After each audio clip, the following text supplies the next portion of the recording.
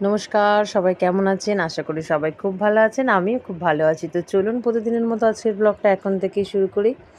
আজকে এখন ভোর ৪টের মতো বাজে, তখন আমরা উঠে গেছি আর ভিডিওটা আমার শুরু করতে, করতে ৪:১০ হয়ে গেল। যাই হোক, আজকে খুব ভোর, ভোর উঠে পড়েছি। তবে আমরা সবাই কিন্তু জেগে আছি প্রায় ৩টে থেকে। কিন্তু ঘুম থেকে উঠে গেছি, কিন্তু বাইরে আসছিলাম না। যাক, এখন সবাই চলে এসেছি। আজকে মন্দিরের কাজকর্মগুলো ভোর ভোর শুরু হয়ে গেছে। এই যে আজকে বিপত্তারিণী আপনারা সবাই জানেন, সেই কারণেই পিকুকে ফোন করলাম, অসীমাকে ফোন করলাম, সবাই মিলে চলে এসেছি এই জায়গায় লাইট ফাইট জ্বেলে দিয়ে। আর আমরা এখানে কাজ করতে বসে গেছি। অলরেডি আমাদের এদিকে লুচির লেচিটাও হয়ে গেছে, শুধু বেলার অপেক্ষা।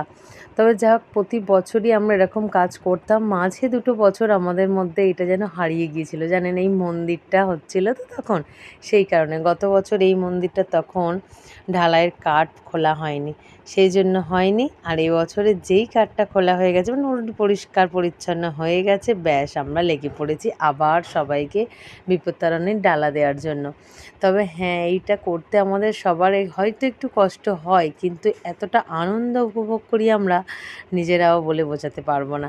যাই হোক, দেখুন ফুলকো ফুলকো ছোটো ছোটো লুচিও সুন্দর ফুলেছে, হয়ে গেছে মোটামুটি। এদিকে প্যাকেটের কাজকর্ম চলছে, আর এদিকে এরা অনবরত লুচি বেলতেই রয়েছে। তবে আমি মাঝে মাঝে যাচ্ছি, বাবুকে দেখছি, আর এই যে চলে আসছি এখানে। মা যেন আমাকে একবার করে ডাকছে। তবে হ্যাঁ, আমি অনেকটা কাজ হয়তো করতে পারছি না, খুব খারাপ লাগছে, কিন্তু আমারও মনটা না ওই দিকেই পড়ে আছে, অস্থির লাগছে। আমি আবার বাড়ির খাবার দাবারগুলো করব, তাই চলে এসেছি। আজকে আমাদের ছোলার ডাল হবে, এখানে আলুর দমের আলু অলরেডি বসিয়ে দিয়েছি আমি কড়াই।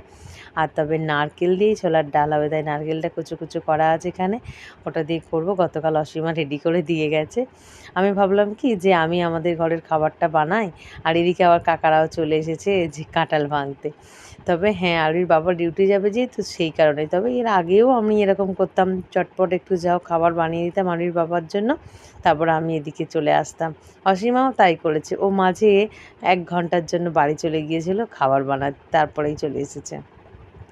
এখন অনেকটা বেলা, প্রায় ধরুন 9টা 9:30 মতো হয়ে গেছে।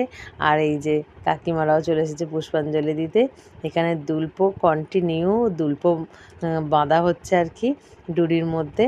আর আস্তে আস্তে আমাদের মন্দিরে যে লোকজন মানে দর্শন করতে আসছে, এরা ভক্তরা, আমরা এটা এতটাও আশা করিনি, কারণ যেহেতু আমাদের মন্দিরটা এখনও এরকম পরিস্থিতি, অনেকেই কি ভাববেন যে ঠাকুর এখনও প্রতিষ্ঠিত হয়নি, আমরা যাব। কিন্তু সত্যি কথা বলতে কি, বিপত্তারিণীর মা কালীকেই বিপত্তারিণী হিসেবে পুজো করা হয় যেমন, কিন্তু আমরা একটা বিপত্তারিণীর ঘট আজকে নতুন করে বসিয়েছি।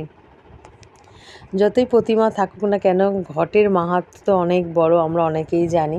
তো সেই কারণেই অনেক ভক্তের ভিড় বা হয়েছে, আমরা এটা সত্যিই খুব খুশি হয়েছি। এতটাও আমরা আশা করিনি যতটা আমরা পেয়েছি আর কি। যাই হোক, সবই মায়ের ইচ্ছা। এবারে মায়ের ইচ্ছায় যদি মন্দিরটা কমপ্লিট করতে পারি সামনের বছরের মধ্যে, সবাই আপনারা আশীর্বাদ করুন এবং প্লিজ সাহায্যের হাত বাড়িয়ে দিন। যাই হোক, চলুন, অনেক বকবক করে ফেলেছি, ভিডিওটা আজ এখানেই শেষ করছি। আগামীকাল একটি নতুন ব্লগে আবার দেখা হবে। সবাই সুস্থ থাকবেন, ভালো থাকবেন, সবাইকে ভালো রাখবেন। আর ভিডিওটা কেমন লাগলো অবশ্যই কমেন্ট করে জানাবেন। ভালো লাগলে একটা লাইক, সাবস্ক্রাইব করে পাশে থাকবেন। জয় মা বিপত্তারিণী। টাটা।